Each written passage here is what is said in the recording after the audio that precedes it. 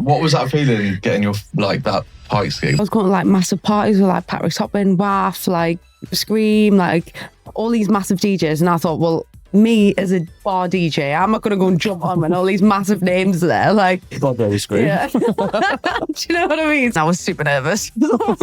Yeah, Universe closing. Yeah, That's like, it was. What did your early idea of making it look like compared to how you see things now?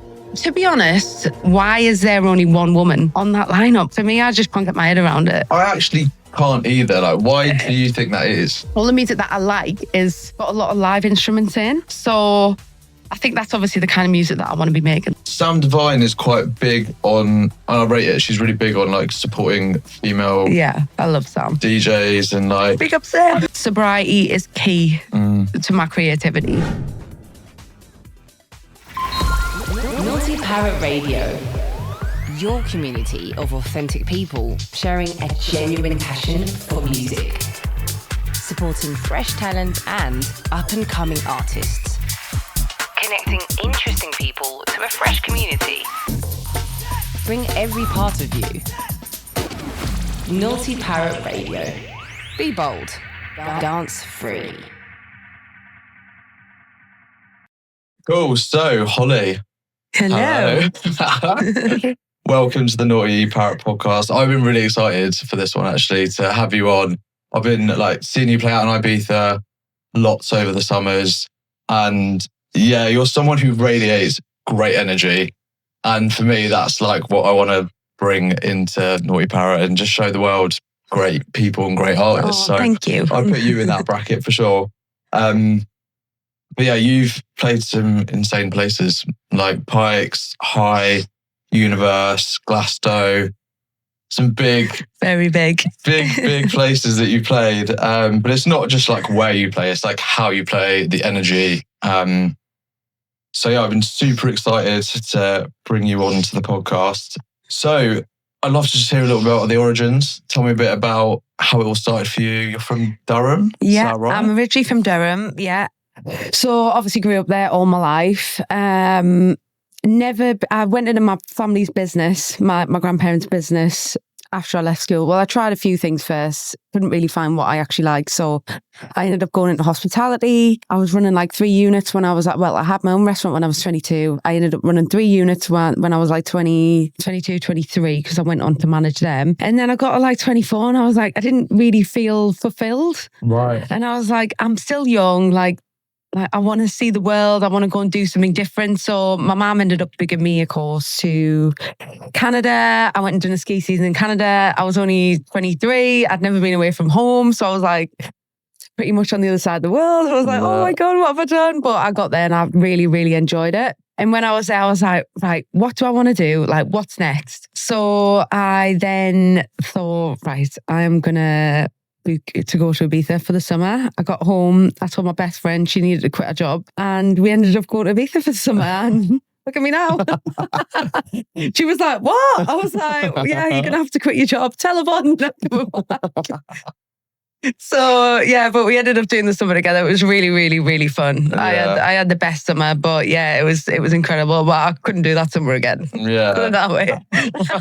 I feel like if you do a season, I've not done one, but I feel like if you do a season, your first season, especially when you're like particularly young, it's just like carnage, isn't it? Yeah, it is carnage. And back then there was a lot of there was a big workers community, which you don't really have now. It's changed a lot now, but it's the workers community isn't there. Whereas back in the day, there was a massive, massive workers community. Yeah. So everyone just used to go over there and just go absolutely wild. Yeah. It was some of the stories, obviously not suitable for the podcast, I don't think. So when did music and DJing, when did that enter your life? So I've been DJing for probably around 10 years now.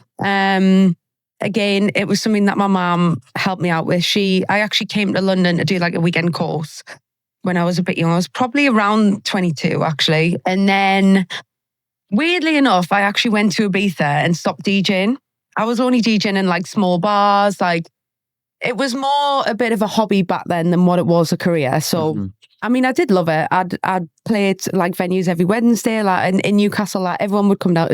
The event was called Shibu, I think. Yeah, Shibu, my friend Ben's event. And I used to love it. And then I actually went to Ibiza, stopped DJing because the housemates that I lived with, they knew all the DJs. So I was going to like massive parties with like Patrick Hoppin, WAF, like Scream, like all these massive DJs. And I thought, well, me as a bar DJ, I'm not going to go and jump on when all these massive names are there. Like, God, very Scream. Yeah. Do you know what I mean? So I was like, I actually stopped. Because I was going back to Ibiza, then I was going traveling, then I was going here, there and everywhere. So I didn't really get the chance to play again for a long time. I mean, still, I made some amazing memories and I'm quite glad that it didn't happen then because I feel like I probably wouldn't have been able to cope with it as well as what I can now. Yeah. Now, obviously, they were like my massive partying days. And if I was in that industry then, I probably would have been dead, to be honest. Oh, yeah, in rehab a lot. So, yeah, I'm glad it's happened when I was a little bit older. Yeah. Yeah. And how did that happen? Because you were like moving, sound like you were moving in some big circles accidentally, with these names. And then what made you go, actually, I want to like be part of this and do it? Obviously, I've been in the clubbing scene for a long time because I've lived in Ibiza, like, you meet a lot of people, especially in Ibiza. Like you meet a lot of people. Yeah. Every summer, there's more and more people coming over. You meet new faces. So I've lived there for I've done three summers, and then I've lived there properly since then. So my first one was 2017, 2016, 17. I can't remember now. It's been a whirlwind. But and then I actually started playing again. One of my friends, Jamie Love. Yeah. He was putting me on at his events. Okay. So yeah, big love, Jamie, if you're watching. And then he was playing for the Melon Bomb Boys. Which I'm just thinking, what events were they? Project Love, I think it was called. I did one for him as well in San Antonio. Yeah, so he'd done a few. I think he'd done one at, there's a restaurant called La Farandula, which is actually really nice. Yeah. Just, it's near Calagracio Way. Yeah. He'd done one there, which was a really cool venue. Loved that. And then he'd done one at Bay Bar. Yeah. I think he's done a few, but that's where it all kind of kickstarted again. And then he was playing for Melon Bomb. So the Melon Bomb Boys ended up picking me up from him. So yeah, I started playing some of the Melon Bomb stuff. They got me on a Pikes, which was my first like real massive gig. Yeah. It was in the garden. In the garden, It's what used to be like the old garden on the other side. Yeah. I think they've got the restaurant in there now. Yeah, like this kind of terracey bit, and then it kind of all just snowballed from there, really. What was that feeling, getting your, like, that Pikes gig? That must have been a nice feeling. It was nice, but I was so nervous. Yeah. My mum's friends, they were there. One of them's from Liverpool. And he was like, don't be nervous. And I was like, I was absolutely shitting myself. It's like, but all my friends came, like all my friends are super supportive and like have been throughout this whole journey. Like I can't thank them enough. So yeah, it was really, really good. That feeling of stepping off as well and just knowing like, because you were so nervous, like that sense of relief, like everything went well, like everyone was loving it. And for me, as long as the crowd are enjoying it, then that's what matters really. And when you're enjoying it as well, I feel like you can sense when a DJ is enjoying it and when they're not enjoying it. So for me, that projects into the crowd. Yeah. But I always make sure that I'm playing music that I love. So that doesn't really happen. Yeah, I feel like that is so important. Like you do sometimes see DJs that are just, you can tell they're just doing it because they're like, oh, I'm getting paid to do this, so I'm just going to do it. Yeah. But like you can tell when people are like loving it. And I was seeing some of your clips on socials and you love it when you're DJing, which is great. And you can see the crowd is responding. I had so much fun last night. Yeah. It was so much fun. I thought I was going to take off at one point, to be honest. So tell us a bit about last night. So I was playing at 338 for Forward Motion. I've actually played there once before, which was a couple of years ago. Obviously, I know Kai, the guy that runs it, very well. Love him. He sorted me out with a gig 2 years ago playing. It was like a warm-up set, like 2:00 in the afternoon. And even then, I was getting that same feeling then. But yeah, now I was closing the garden. It was 10 to 11 and it absolutely went off. Yeah, it looked like it was so good. Really cool night. Yeah, I think the crowd's really nice there as well because everyone's like a little bit older. And yeah, everyone was just super, super nice. Had a really, really, really good night. Nice. And I'm interested to know because like we were saying earlier, you've played some amazing places, amazing venues, really cool events. What did your early idea of making it look like compared to how you see things now? To be honest, when I first started doing this, I didn't really think of it as a career.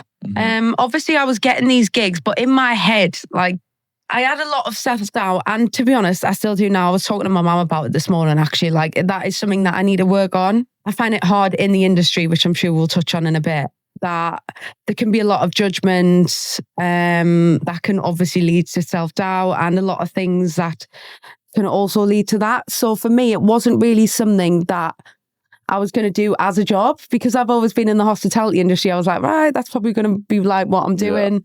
I ran restaurant with him, which I still do work for now. So I just thought that was something that I was going to be doing for the rest of my life. Then obviously I discovered this, and then I was like, actually, like, I'm getting some quite good gigs here. Like, this is probably maybe a couple of years ago. I thought I could actually make a job out of this. Like, people do it. So it must be something that you can do. Yeah. And then, it's just kind of snowballed from there. Like, I've started making music, which was like the next step for me. But yeah, I'm really, really, really excited for the future. Like, I've got a lot of plans, goals, like things I want to play for, where I want to be. So yeah, I'm super excited. Nice. Very excited. And Ibiza, so you mentioned what pulled you there was that kind of initial holiday that landed you into the island. And people often see Ibiza purely as a party island, which, like, I guess fair enough. Like, the summer is pretty wild.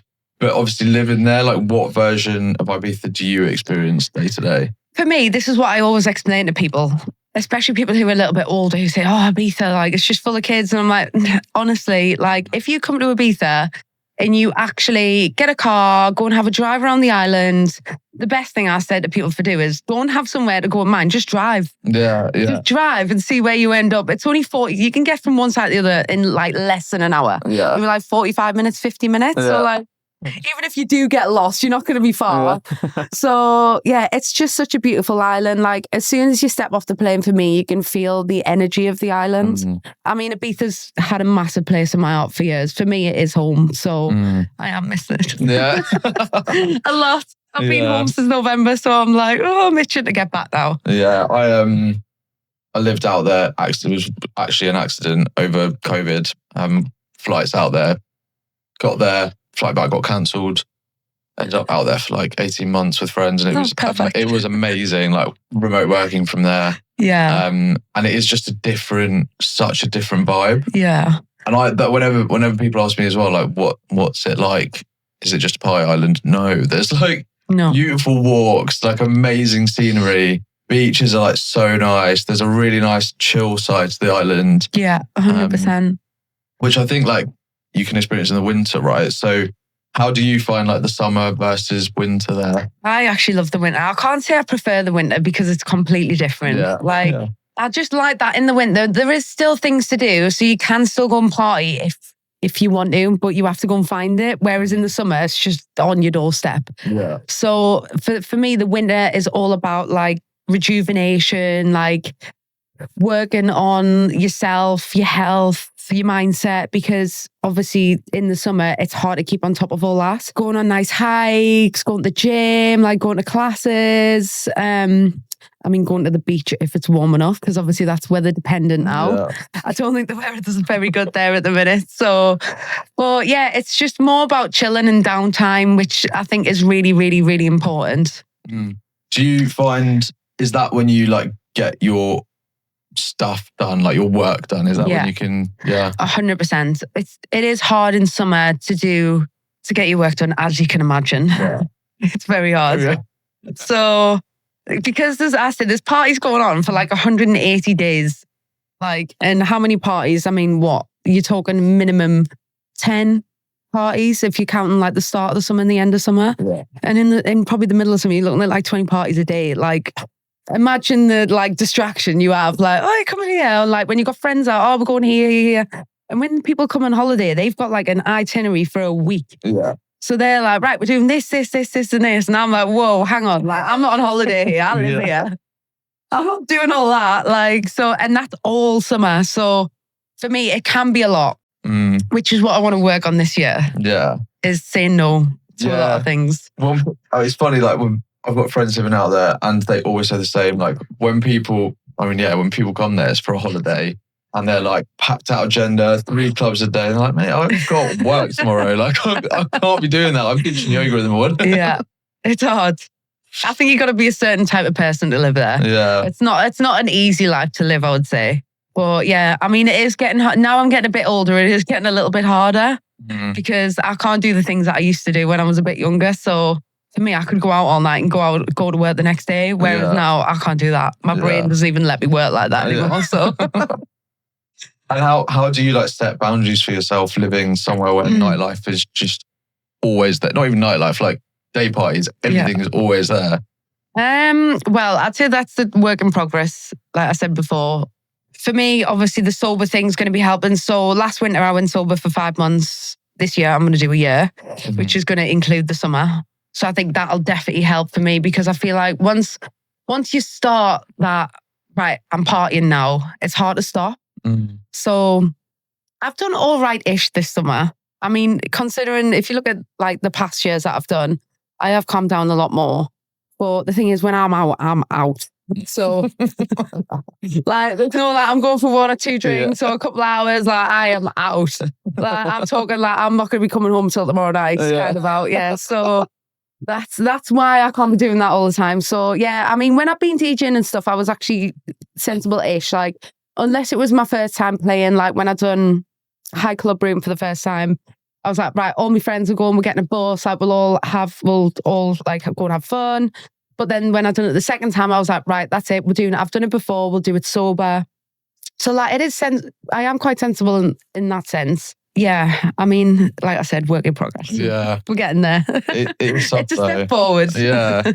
I mean, a big part of the Naughty Parrot brand is this idea of partying with balance. Like that's something I feel quite passionately about because like I think the 2 areas exist where it's like complete hedonism and then there's like full beans, not having fun. Everyone's version of fun is different, but I like to find that middle ground, but that's also really hard to find.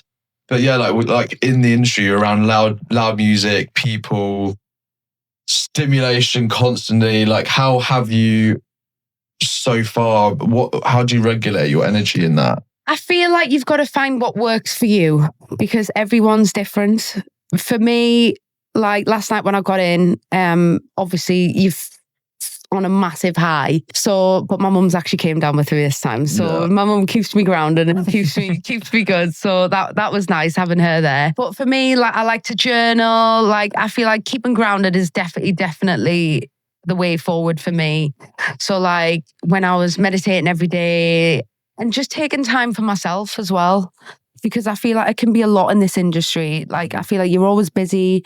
You're constantly getting sucked into other people's energies when you're around different people, because you can be around a lot of people. Yeah. So, yeah, for me, that would be my tips. So it's like journaling, finding your own space to be in your own energy, being grounded, meditating. I mean, I find it so hard to actually stick to that. It's hard. The meditating thing. Like. It's hard, but I feel like once you get the hang of it, for me, I find it really easy to relax. So like when people say they have sleep problems, I'm like, what? Like, I've never had any problems sleeping ever. Like I hit the pillow and that's me gone. But like I think for the meditating, because I find it quite easy to relax, I find the meditating I can't meditate for long. Like I'm not one of them who can go sit for an hour, but I can do like 10 minutes, 15, 20, maybe max. Yeah. But I think it's important to make that time for yourself because in the long run, it's going to be better for you, better for your career. I feel like you can think a lot clearer, make better decisions. Yeah. Like everything just goes in your favor. Yeah. My grandma, she's an absolute legend. She meditates. She gets up at like 4 a.m, meditates like an hour. Then in the evening, 7 o'clock, meditates for an hour. That. Big up grandma. 40, like for like 45, 55 years. Oh, wow. Wow. Yeah, that's insane. Routine. And that's unusual for someone of that age to do something like that for that long, I think, as well, isn't it? Yeah. Yeah, it's pretty amazing. Oh, that's amazing. So I want to meet your grandma. Yeah, she's Maybe she could give us some tips. Yeah, I've been trying for years. Okay, so I'm interested to know as well, like you've been doing this for a while. Have you ever felt burnout creeping in for you? Like, 100%. Yeah. After last summer would be the perfect example of burnout. By the end of summer, I'd played the UNVRS closing. That's unreal, by the way. Yeah, I know. Like, how does that even happen? I know. When the boys asked, because it was Melon Bum that asked me, I love to big up to the boys also. I love Melon Bum so much, but they actually asked me and I was like, what? Like, UNVRS closing? Like, no one could believe it. Like, it was amazing. And like, what an unbelievable opportunity. Like, I could not be more grateful to the boys for like having me on there, because that's for me, like, because I hadn't played all summer. I was like, all right, like next year I'll make it happen. And then they asked me and I was like, oh my god, like one of my goals for this year was obviously to play at UNVRS, so it was incredible. Talk us through just that experience, like. Oh, well, again, I was super nervous. Yeah, UNVRS closing. Yeah, like, it was yeah, huge. And it was in the toilets as well, which I really wanted to play the toilets because I love that room. I actually prefer the smaller rooms to the big room. Yeah. Because I like more intimate settings, I would say, rather than like big, massive spaces. Yeah. I think with the type of music I play as well, I think is better in like a smaller venue than what it is in a humongous venue. I find it quite scary being in a big room. It's just, I don't know what it is about it. What's like the biggest room that you've played? I reckon when I played the Glastonbury was probably the biggest, the biggest crowd. Where were we? It was Luna Stage. Oh yeah. But the first time I played was on the Wednesday. So obviously it was like an unannounced set. So, but on the Wednesday, there's not really many places to go. I think there's only like 3 or 4 stages open on the Wednesday. So yeah, everyone came there, but it was so much fun. I had a great time. That's a big stage though. It was a big stage. Yeah. It was a really big stage. Yeah, just that one. I was very nervous. Yeah, I was really, really nervous. I think my friends have got some videos of like me walking in, and I'm like, oh my god, I'll put myself.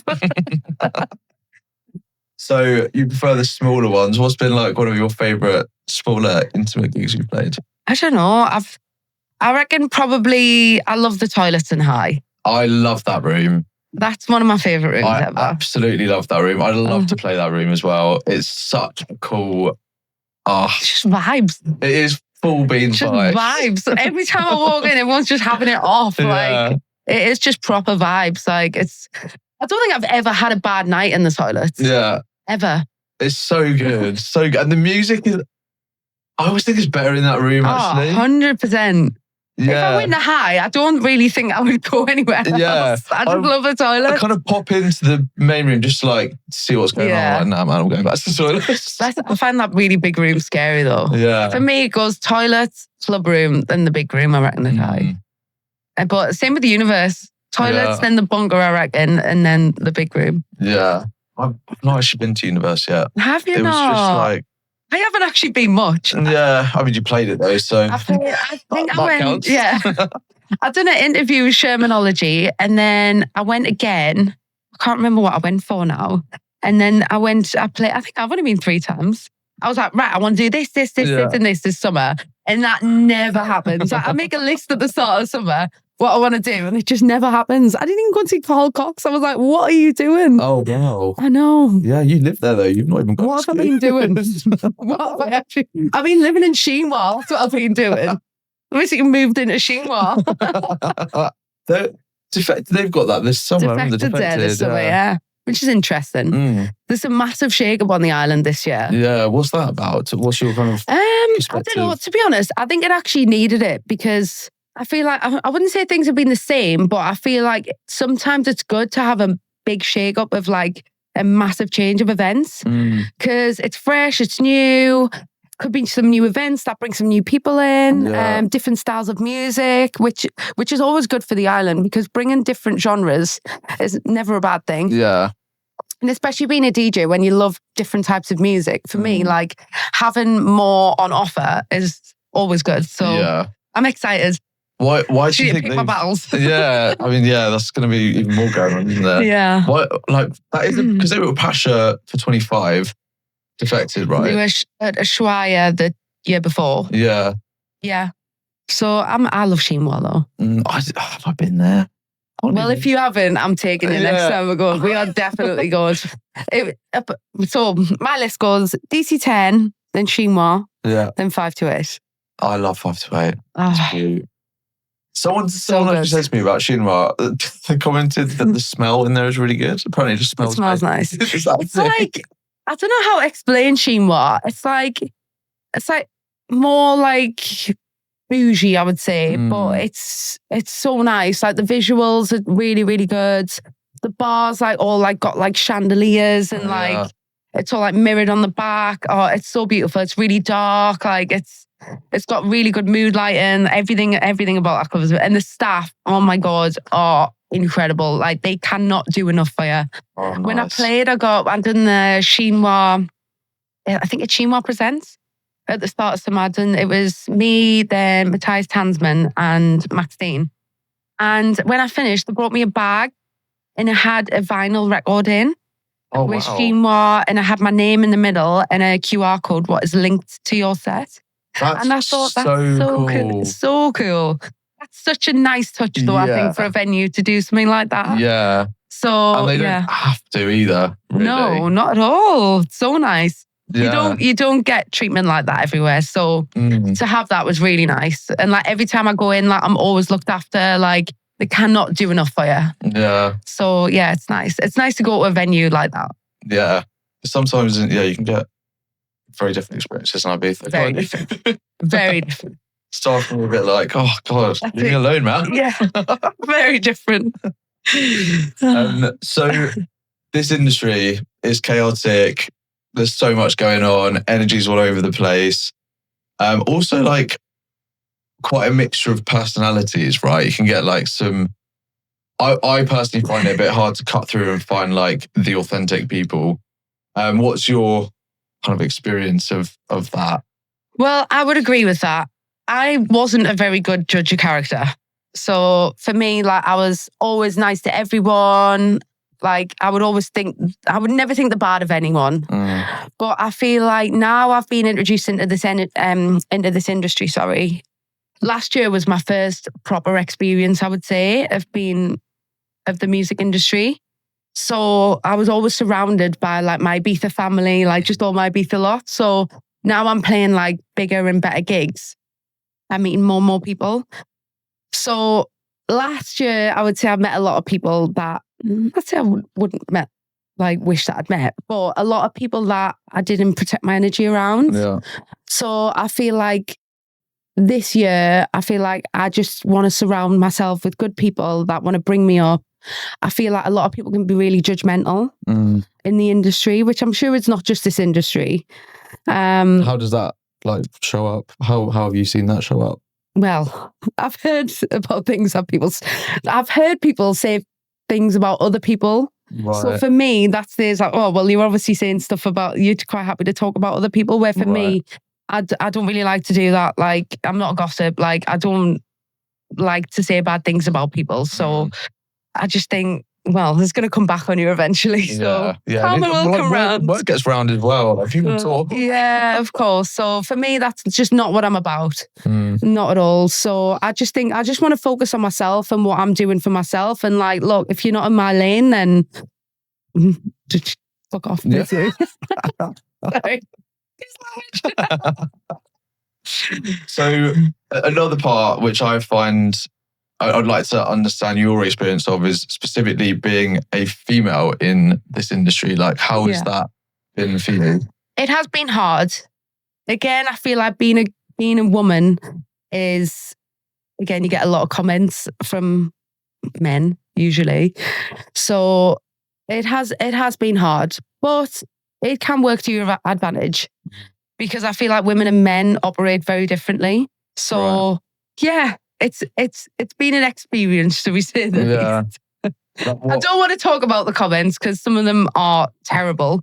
Right. But yeah, it's for me, I don't really want to focus on that anymore because I did, and I was quite hung up on it a lot.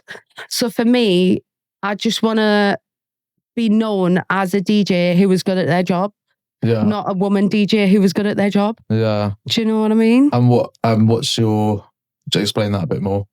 Because I feel like a lot of people say, oh, I get on the lineups, obviously you've got to have, you have diversity. Like I was looking at one of the lineups for the opening parties in Ibiza, and I think there was one woman DJ on the lineup. Mm-hmm. And I was like, I could name probably 10 DJs that I know would be perfect for that lineup. Yeah. That are women, that are just as good as all them men. So for me, like, why is there only one woman on that lineup? Like, I just can't get my head around it. I actually can't either. Like, why do you think that is? I can't work it out. There's probably men in charge. Right. I mean, in fact, that's I know there's a man. Hope he's not watching. We'll tag him. Yeah. That's so funny. Do you know what it is? Being a woman, I can't really get my head around it because for me, like, if someone's good at the job, like, for example, in hospitality, when I've recruited staff, it doesn't matter whether you're a man, a woman, like, it doesn't matter for me. It's like, if you're good at your job, you're good at your job. Yeah. It doesn't matter. To be honest, most of our staff are female. The kitchen staff, mostly men. I've got Freya as well. She's female. But yeah, I just find it mad. Like, if you're good at your job, you're good at your job. Yeah. It's the same as production now as well. I think I've seen Ariel Free put out a video on Instagram or TikTok. And she was saying, I don't get sent any music by women. Like, hardly ever. And I was like, why is that? Surely there is women making music. Yeah. So like, what is going on? Where's all the music going? Yeah. It's weird, isn't it? I know Sam Divine is quite big on, and I rate it, she's really big on like supporting female I love Sam. DJs and like... Big up Sam. Love you. For shit, that is her. Vibe, right? Yeah, she's so for it. Like I have a lot of admiration for Sam. Like she's an amazing person. She's really unselfish. So like she'll do a lot for other people, which I really appreciate because you don't get that a lot in the music industry. So she's a good soul. How is that showing up for you? Like how's she helped you out? I actually met Sam in Ibiza. Maybe, I can't even remember now, maybe 5-6 years ago. And then, we just become really good friends since then. And she's really helped me on my journey. Like, obviously, I've played for her quite a few times. Like, if I went to her with advice, she would always give me good advice. And she's a good friend. She's a good friend of all of our friends. And she's a good person to have in your life. Yeah. She's a good egg. That's cool. and I love, like, her, the label. I know it's not all about females only, but I like that is like she's quite unapologetically, that's like, I want to push female artists. Which she should, because I don't think there's many people offering that platform. Like, if you look, really, there's not many people pushing that other than her at the moment, I would say. So, I appreciate her doing that. I think it's good. It's good for the world. Yeah, it is cool. It's cool. There's also, when I've seen female DJs, I think they're wicked. A lot of people say this. Really good. Really, like... Women give off a different energy to men. Yeah, like when they're like playing, the vibe is just... Yeah. I don't know. It's really hard to explain. I've had quite a few people say that to me before. A lot of people like to come watch me play because you can see that I'm enjoying myself, which I find... You don't go and see a man DJ and they're not standing around dancing. Just like, I do. Yeah, but that's good. I love that. I'm like towel swinging around my head. I'm great. Perfect. Yeah, amazing. This is what we want. This is what the people want. Yeah. I want to go and see someone watching them and have a good time because I feel like a lot of people are just like, when I'm like, oh my God, you look like hating life. Yeah, you should have a good time, man. People would kill to be in your shoes. Do you know what I mean? Like, enjoy yourself. Yeah. Live a little, come on. So are there any other kind of like artists or industry people that you feel are like really doing some good things at the moment? Maybe like either for your, like with you or just in the industry and making some really nice waves and nice intentions in the space? Well, I would like to take this time to thank my friend Lauren Edwards, who works for Hï. She's arts liaison. She's an amazing person. She's incredible. She's absolutely unbelievable at her job. This is more about her work ethic and how she works. And I just think she's a great asset to the music industry. I've never seen someone more invested in their job than her. And I feel like she's going to go really far, and I feel like she's going to help a lot of people. She's helped me a lot. Like, she's put me forward for things in Ibiza, like, and gave me an opportunity and a platform. But I think she will do that for a lot of people.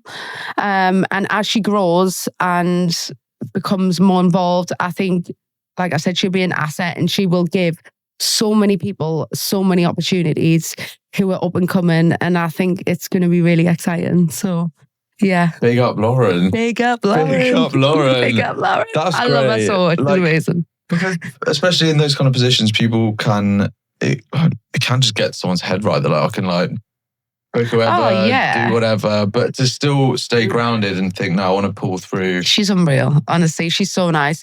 Lauren would never be like that. Like, she's one of them people. She's like me. Like, I just think you can't let it all go to your head, because you then turn into a completely different person, which has happened to a lot of people that I know. And not even just in the music industry, but also the industries like fashion and things like that. Whereas I think you should use your platform to help other people. Like, at the end of the day, you were in their shoes at one point in your life. So if you can give someone else an opportunity, or even just be nice to other people. Nice, yeah. Just be nice. That seems to be There's no reason to be a cunt. Yeah, exactly. Like, why? It's more energy to be horrible. Yeah.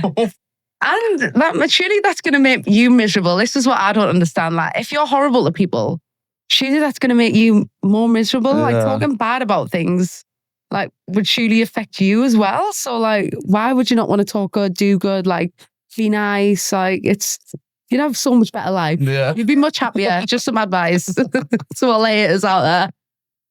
So haters. Yeah, I love that. That is great advice.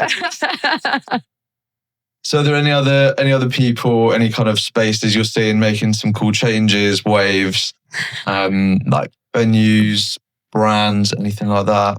Well, also I'd like to mention at this point, for me, Appetite, I really want to play for the Appetite boys.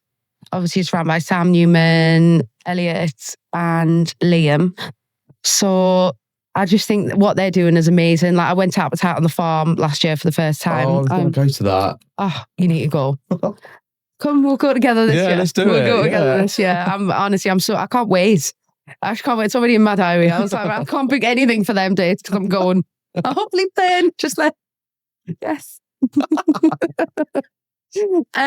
So yeah, I just think what they're doing is amazing, because for me, there's not many events what brings together different genres or different types of house music, which is the kind of music I would say that I play. Like, I wouldn't put myself in a box of playing a certain type of music. Like, if you go and see certain artists, you will expect to hear that's what you're going to hear all night. Yeah. Whereas for me, I think I can adapt and I can change my style, or I can read the crowd and like make changes. So, and because I love all different types of house, like I can play funky house, jacking house, deep house, tech house. Like I can play anything, like anything with a vibe, anything with a groove, anything like more chill, and like I can play it all. Disco, like I've done everything, and I've played across the board, and I just love music. So, and I just love what they're doing because they don't have a specific sound. They just book artists because they play good music. Yeah. Which I love. Yeah, that's good. Yeah, it's really cool. Yeah. Because I don't really think anyone else is doing that on the scale that they are. So I think it's really, really good. And Liam and Elliot are super cool as well. I think they're sick, them too. Yeah, I think I saw them play at Defected Croatia. Yeah, they're really good. On one of the boat parties. They're quite similar as well. They can play anything. Yeah. You don't really know what to expect out of them either, because they could go and play depending where they're playing, who they're playing to, what event they're playing. Again, they can switch it up and play anything. I remember that on that boat party. I'm sure it was them with Rio, Tashan. Oh, I think he's sick as well. Yeah, love Rio. Unreal. And them three were doing like a whole thing, and they were just moving through genres like How did you just bring that into it? Like, that's so good. I love that though. Yeah. I love it. And I love it when someone plays something that you just don't expect to hear. Yeah. And Just everyone's So we were talking about sound there. So you mentioned you're starting your own music. I remember when we were like chatting before this as well, you were talking about all the instruments going on. Yeah. Tell us a bit about your journey into, I guess, making music at the minute. So I actually started making music last year in the winter. Like I said earlier, I went sober last winter. I feel like my brain doesn't work the way it wants to work when I'm getting on it. So for me, sobriety is key to my creativity. Hence why I'm doing the year this year, because I feel like this is a really important year for me. So yeah, I started producing last year. I got into it, like I absolutely loved it. Like it took me a while, like a good 6 weeks, because if I'm not good at something, I'm quite a multitasker, so I can pick things up quite easily. Right. Whereas this was taking me a while, so I was getting really frustrated. Yeah. That doesn't usually happen. So it was like, it took me 6 weeks, and I was like, right, actually, I'm starting to get a bit good at this now. You head down for those 6 weeks? Oh yeah, like I had a production teacher that I was getting lessons off every week. What were you using? Ableton. Okay. Yeah, so he was giving me lessons every week, which I'm still doing lessons every now and again. I've had a bit of a time out, so I'm going to get back to them next week, I think we said, yeah. So yeah, I think the lessons are really helpful, because I couldn't watch a YouTube tutorial and take things from that. I find that really hard. So for me, I need someone one-to-one. So I say, right, we're going to learn this and go through it all properly, just so I can understand it for myself. Because I feel like when I'm doing a YouTube tutorial, I'm like, whoa, I don't really know. You don't know what they're talking about. Where he'll explain it in a completely different way. Yeah. Like he'll use weird metaphors and it's just so much better and more fun. Yeah, because he's really funny. The guy, he's called George. He's really, really good. He's really good. So yeah, I was doing stuff with him, and then went away in the summer, and I was like, obviously fell off the wagon. But yeah, I'm back producing now, and I'm really, really getting my head down. So like I said earlier, I love live sounds. And when I was young, I used to play violin, flute, piano, guitar, drums. I played everything. Wow. When I was young, I had to go with everything. That's amazing. Yeah. But then I got to teenage years, and I was like, right, just started going out, and it all just kind of got dropped, and you don't really think anything of it then. That's a lot of time to play. That's a lot of time to be I've done all sorts. I was a horse rider. I had a horse. I've done actually. When I say I'm good at multitasking, this is probably where it came from. One man band. Oh, so funny. But yeah, I want to get back to it all now. Back to my roots, basically. Get back into actual musical elements rather than just the production, because I feel like that would really help. And the type of music I want to make is, I would say, more, all the music that I like is got a lot of live instruments in. Right, yeah. So I think that's obviously the kind of music that I want to be making. So yes. So you'll play some in or bring artists in and get them to make something, yeah. Okay. For now, until I've got to the point where I feel comfortable where I could do my own, the first thing I wanted to learn was bass guitar. So I've got a bass guitar. My uncle T lent me his bass guitar.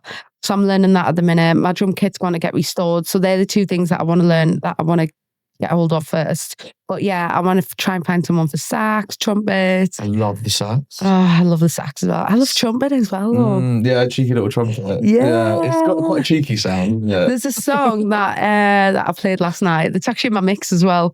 It's Luke Solomon's body edit of Loosen Your Bones by Makes and Plin. I can't remember. Plenty, I think it is, which actually has a trumpet in, and I love it. Yeah.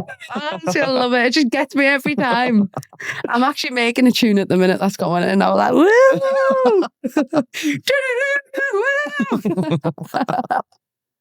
Also the piano. I love piano. I did play piano when I was younger. I think I didn't get really far with the piano, I don't think. The things that I was best at was flute and violin, because I think I've been playing them the longest. I've actually found my flute the other day. The other week when we were doing a clear out, I was like, is this safe to play? And I was playing it anyway. I was like, I definitely think something needs to happen with it because it doesn't sound right. Maybe I need to send it off or something. But yeah, I thought that was interesting. Maybe it's a sign. Yeah. Do you think you'll stick a little violin in a tune? Yeah, to be fair, again, the tune that another tune, sorry, that you're probably going to have to soon.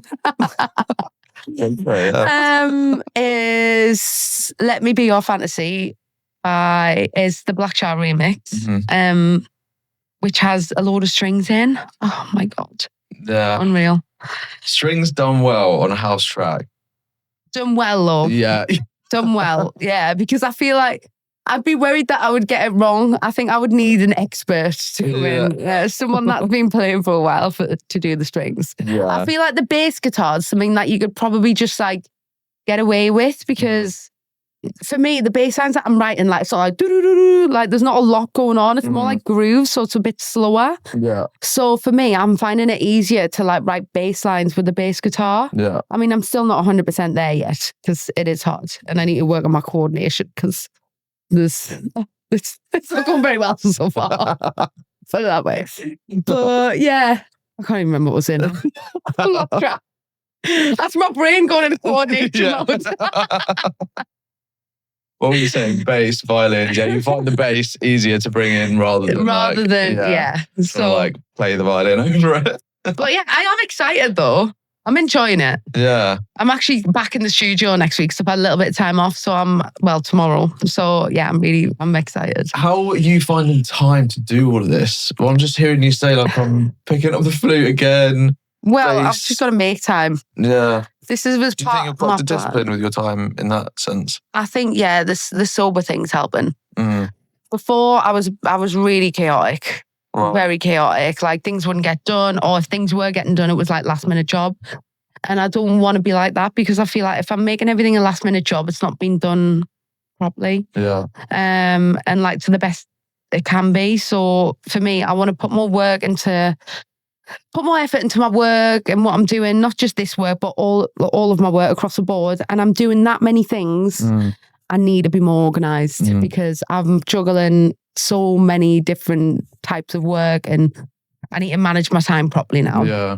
I mean, I'm 32, so it needs to happen at some point. So I mean, I'm 33 next month. So I feel like that is a thing in the creative industry though, isn't it? Like, unless you've absolutely smashed it, you kind of have to be spinning a few plates to 100%. Which sucks a little bit, doesn't it? Like, why can't creatives just get more support? No, I know. But I mean, it's a whole other topic. Yeah. God, we could be sitting here. We could be sitting here all day. I told you, I need to start booking this place out for longer because I can just go and go. So let's chat a bit about your mix as well. So talk us through the journey. What are you doing with that one? For me, so my mix, I would say, is just me as a mix. That just my personality is fun, exciting, a lot of energy, which it just portrays me basically. Why mix as a person? Yeah. Oh, that's great. And is there a track or a few tracks where you call them out as like these are very Holly Hutch? The ones I've just mentioned, probably. Anything that's groovy, uplifting, with energy, like I said, live sounds, like anything like that. Maybe one of them's got like some really sexy chords in. Another one's got like it's like a male voice, but it's like he's like taking you on a bit of a journey, and I'm like, honestly, it's so sick. It's so sick. I mean, I'm being very biased, but yeah, the mix is good. And do you approach like a pre-recorded set differently to club sets? How do you kind of differ with that approach? I wouldn't say so, really. For me, when I'm DJing, as long as I know what I'm opening and I'm closing with, or to be fair, usually I pick what I'm opening with, definitely, and what I'm closing with, I'll probably have like 3 or 4 ideas. And just see what it's like when I get there. Because if the crowd, it depends what the crowd's in. Like, obviously, last night the crowd was a bit older. So I actually ended that with like Plastic Dreams, JD, which I knew would go off because it's like a bit of an older song. But I would say I would just approach them the same, really. As long as I know what I'm opening with and just kind of go from there, really. To see, I just go off my own vibe and what I like. Yeah. Obviously, when you're playing out, you've got to read the crowd a little bit more. Yeah. So when you're recording a mix, it's more for yourself. Mm. To be honest, 9 times out of 10, there's not many places that I would go where people don't enjoy the music that I play anyway. Yeah. I know that sounds really No, but it it's sounds like big-headed, doesn't it? no, but it's like vibey tunes. Yeah, It's like it's not. A lot of people like the music I play because it's fun. yeah, fun tunes. It's Yeah. really fun, and yeah, just energy. Like, and what people wouldn't want to come and have fun. That's the whole point, no? Yeah. I remember seeing you play. I was saying this the other day. It was Tanner. like Tanner, one of those. And I remember seeing you play there, and hadn't really seen you play out before. I said to a couple of people, I was like, "Who is she? She's unreal. Like these tunes are like vibes. It's just real good vibes. Good vibes, yeah. And that's what I enjoy, and you can see that I'm enjoying it. And for me, like I said earlier, as long as everyone's having fun, everyone's having a good time, and everyone's vibing, then like that's the whole Job point. done, yeah. Yeah, job's done. Yeah. So as part of every Naughty Parrot mix as well, what I also want to do with this brand is spotlight up and coming artists, but also with up and coming artists for them to spotlight people as well. So within your mix, who are you spotlighting? Is there someone in there you'd want to kind of shout out? Luke Solomon, I reckon. Yeah. There's also someone in the mix that I would like to do as well. There's a girl called Mina, who's really up and coming. I actually seen her at Appetite in London, in Ibiza. Wow, it's because I'm in London. Wow, I'm losing my head now. Time's going on, like my mind's going like this. Yeah, I seen her at Chinois in Ibiza. She was playing back to back with Ella Knight, I think it was, who's also incredible. Power to the women. But yeah, she was insane. Like really, really good. Again, played a bit like me, like can play a bit of a mixed vibe. Like a lot of different house music, but I would just say she plays proper house music. Yeah. And I seen a video of her last year playing guitar. Whilst DJing. Blew my mind. Wow. I was like, this girl is sick. Yeah. Sick. You'll have to have a look. I think her name's Mina Honey on Instagram. Oh my God, she's insane. Do you reckon you could bring a little live Yeah, I'd love to do that. Get the flute out. I'd love, maybe not the flute. Maybe not the rotten flute in the case. But we can maybe bring something better. Yeah, that would be sick. I would love that. Yeah. I just thought, how cool is that? Like, I have so much admiration for this girl. Like, that is unbelievable. Yeah, wow. To be able to do something like that, like, it's just insane. I quite like when people do bring live elements into like dance music, whether it's other people playing over it. Like I've played with, it's like a bit of a classic combo, like the bongo and sax thing. And I love that. Oh, sick. Like, yeah, I it's love really fun. I love watching people play live because I just think that's pure talent. Like it's just incredible to watch as well. Like as an artist, it's like, wow. Like I watched a video of Kerry Chandler like from years ago. He had like this, it was like laser drums or something. And it was like hitting this laser. Wow. I'll try and find the video and I'll send it in. I was like, what? That's mental. Is that this? What, whilst he's... Yeah, mad. It was from a long time ago as well. So I'm thinking, whoa, where's these lasers now? What happened to the lasers? I want some. I'm going to add them to my rider. Do you have, can I ask, do you have a rider? And what is it? I do, yeah. So obviously when I was drinking, tequila was always my drink. It's a good one. I don't really drink anything else now. I could maybe have a beer, but if I went out, I wouldn't even know what to drink. Like, I'm not a massive drinker anyway. Like, if I go out, I don't really drink a lot. Like, I'm not like one of them that always has a drink in their hand. Yeah. I'd have like a shot of tequila or maybe like a long drink, like tequila pineapple. But my rider last night was coconut water, ginger beer, and still water. Oh, nice. Very hydrated. That is very hydrated. Very hydrated. I was like, get everything in my bag, man. Whatever's left, put it in my bag. Any like little nibbles in there as well? Any food? Nah, not really. I mean, I might start putting bananas on there now I'm sober. Yeah. It's almost like keep you going. Yeah. So, yeah, a bit of substance. Yeah. Yeah. Nice. What were we even talking about? I just lost my train of thought. Sorry. I'm talking about bananas. This image of you like sweeping the coconut water into your bath. Clearing out the shelves like this. Oh, so funny. Right, well, let's do some quick fire questions. Yeah, come on, man. Actually, before I get into that, does the phrase "shy Ben's getting out" mean anything to you? No way. Does it? Yeah. It's like a massive Geordie saying, isn't it? Yeah. Shy Ben's getting out. Yeah. That's so funny because I voice noted my friend yesterday. I was like, "Oh, how's the Ben?" Like no one knows what you're talking about outside of Newcastle. Ben, whoa, what the hell is that? Ben. Yeah, I'm pleased that because I said it. I think I said it to you like months ago when we started talking, and I was like, "Oh, have I got that wrong? Is this like the wrong region?" It's a very, very, very common saying. So it's like shy Ben's getting out. Like if you don't ask, you don't get. Yeah. Basically. Do you feel like you've embodied some of that in your life? Yeah, I would say so.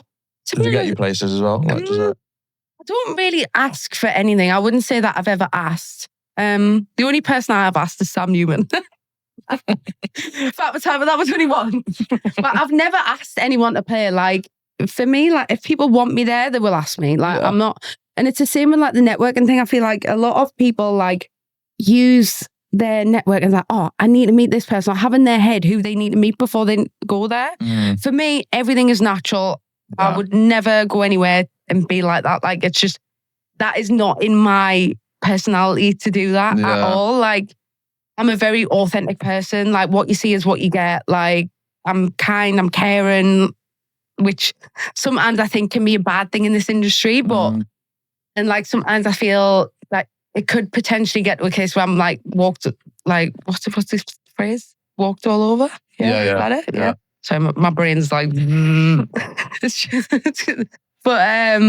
like it's, I don't know. It does come to my advantage, I would say, but I'm never going to change the person that I am. Yeah. Because I love the person that I am. Yeah, so you should. Yeah, I love the person that I am. How did it, this is so off piece, but I'm interested to know, to get to that kind of space in your life where you're able to sit there and just be like, I love the person I am. Because lots of people struggle with that, right? Like that idea of just, sounds really cheesy, but like self-love, like that whole thing. Yeah, I think it is something that a lot of people struggle with, which is sad, which is really sad. I feel like a lot of people rely on other people for their happiness as well. And I just feel like I have been through a lot to get to where I am right now. Like I wouldn't say that it's been easy because it certainly hasn't, but you've just got to put the work in. And now that I'm here, it's worth every single bit of it, because when you're happy with yourself, like there's just no other better feeling. Like it just makes everything better. Your whole life's better when you're happy with yourself. And most of the things that you would have cared about before, like if you're having money problems or other things, a lot of that doesn't really bother you that much because you're that happy with yourself. Do you know what I mean? Yeah. And how did you get to that point? Like, was there specific things you did, or like retreats, or just like stuff up in your life? Like, how did you get to that? I would say a lot of it is to do with who you surround yourself with. Yeah. If you have a good group of friends or family or people who support you around you, I think that can really, really help. And like I said earlier, the meditating, journaling, exercise, going on walks, things like that. All of this and like the grounding and things like that is also good for your soul. It's all very good for your soul. Yeah. So highly recommended. And I've only met your mum twice briefly, but she seems like a ledge as well. Yeah. The mamager. She's called. Yeah, I can see that. Yeah, she was there with like the phone, giving it on set. She said last night, I'll carry you back. I was like, all right. Go on then. Oh, bless her. She's so lush, man. She drove us all the way down to London. For her to come with me. Do you know what I mean? Like, a lot of parents would have just like go on your own. Do you know what I mean? But like, she's drove me down to London. So like, I can't honestly thank her enough. She's been like my biggest supporter. So Yeah, she's been amazing. It does seem like that, even like I said, brief encounters with her, but she does seem like she's, I don't know, maybe I was speaking out of turn. She seems like she's a big part of your journey huge as part. well. I wouldn't have got my love for house music if it wasn't for my mum. So obviously, Which is cool, by the way. Yeah. To be like, my mum loves house music. There's a party in that used to be in Newcastle when I was growing up. There was Shindig. I actually seen the Martinez brothers there for the first time. This is how they were only kids. Like, it was so long ago. But that party was going on since my mum was young. Right. So my mum used to go to Shindig, and then I started going to Shindig. Yeah. It's like the next generation later, we still got the same party. So I was like, how cool is that? Right, sorry, I was doing fun and personal questions. So, okay, little bit of quick fire. Sunrise or sunset? Sunset. Sunset. Well, I've got it outside my house, outside of my apartment. Oh, I live above Café Del Mar, so that's cute. That. yeah, it's amazing. And I feel like Ibiza sunsets as well. Like everyone is just different and beautiful. Yeah, amazing. Yeah. One track that always lifts your mood. That's actually a really hard question. Oh, that is a really hard question because I've got the song in my head, but I can't think of what the name is. Rendition of it? Or? It's by Paul Johnson. I can't think what the name is. Get Me, is it? Oh, I can't remember. Paul Johnson. Right, that's the one. She Got Me On. She Got Me On, that's the one. Can I play it? Yeah. It goes, boots and cats and boots and cats. Actually, in the song, and I was like, what? When I first heard it, I was like, you've got to be joking me. Yeah. But, we need to get the boots and cats. I was like, what? This is fucking mental. Right. It's just a happy song. Yeah. Always makes me, that's my morning song, that one. That is good. Yeah, that's my morning song, that one. I'm like rocking around the house, brushing my teeth, in time, obviously. What is your favourite non-club ritual on the island? Non-club ritual. Apart from Oh. brushing your teeth and feeding time with that track. I'm not going to forget that now. That's so funny. I don't know. I don't really have one. Probably sunset because I get it every night. So I'm Yeah. always sat out there watching the sunset on my balcony. Yeah, I do. It's a good ritual. I mean, it's not a bad life. Yeah. Morning set or closing set? Closing set, I reckon. Closing set. The energy's like built at that Yeah, point. I reckon closing set. Yeah. Pikes or High? Oh, Pikes. Yeah. Yeah. Pikes. Yeah. High or UNVRS? High, I reckon. Yeah. For the toilet. For me, UNVRS is just, for the toilets. I mean, out of them two clubs, they're both not my favourite. Sorry, Lauren. Love you. Love you. Sorry, Your clubs. But for me, I just think I love the club room and the toilets in High, but UNVRS is just, it's too big for me. It's too big and the little rooms aren't big enough. Do you know what I mean? Yeah. For like that many people. Yeah. So I feel like High's like the club room and between the club room and the toilets for me. Nice. I know they're different, but summer or winter in Ibiza? If you had to choose. Winter. Really? Yeah, I reckon so. Oh, nice. Okay. I reckon I would pick the winter, because I can party elsewhere. Yeah. Yeah, true. Yeah. I could fly somewhere else to party. Yeah. It's not the only place in the world that you can party. Yeah, there are actually unreal party places on there. One thing you learned to say no to. I was going to say something really funny there, but I really do. Go for it.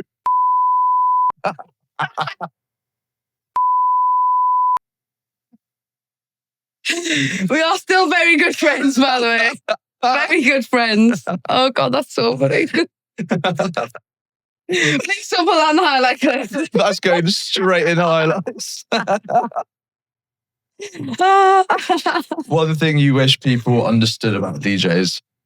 The work that goes into it behind the scenes, I think a lot of people don't understand or see. Yeah, Sorry. I agree. I think people, when you get feel like, oh, like that much for a set, it's like, yeah, but mate, there's a lot that goes into that. Like, You've got to find music. Yeah. You've got to download the music. You've got to sort the music out. Like, that is a lot of work. Finding music that you actually like Yeah. is so time consuming. Yeah, it is. I'm all So time consuming. probably people will hate this, but I am that Shazam guy. Like, I'm like stood there in a restaurant, like I'm stood on a stool trying to get this track.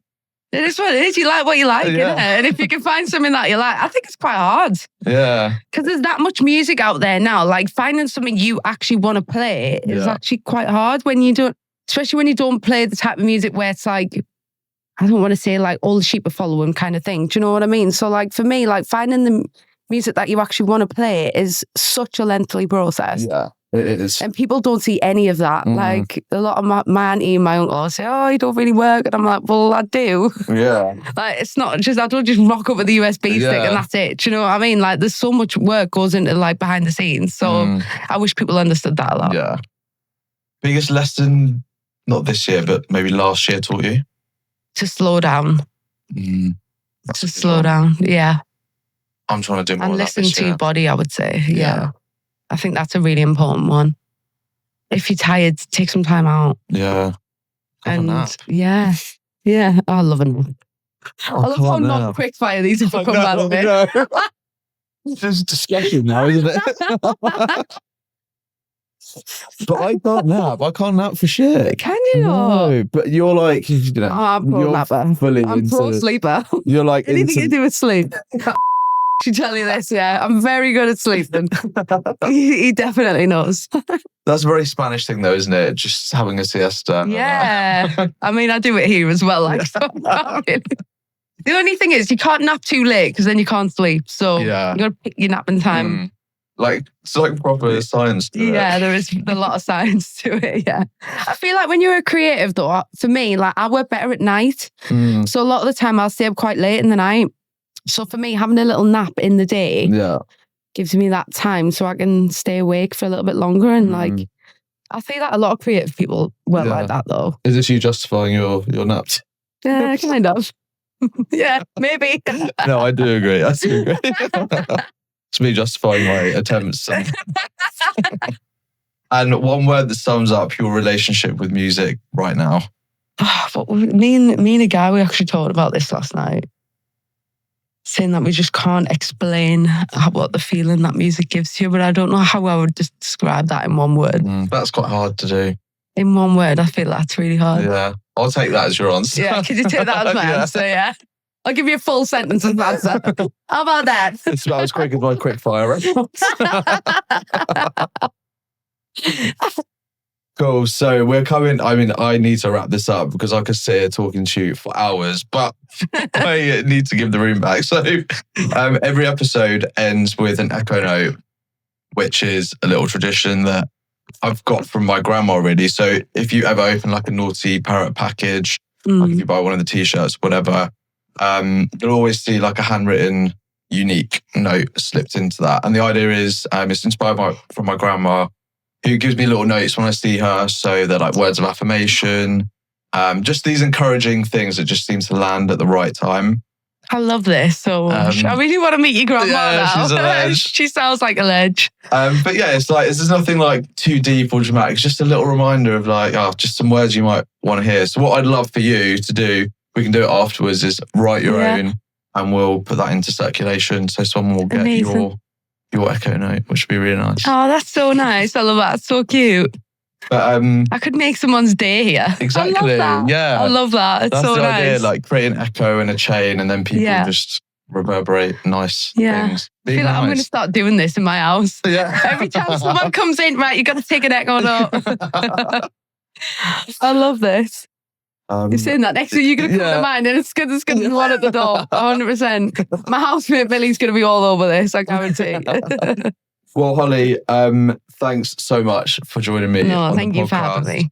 It's been really nice chatting to you. And in particular, what I love is just how like authentically you show up. And I think thank you. I appreciate keep doing more of that. Keep repping yourself like that.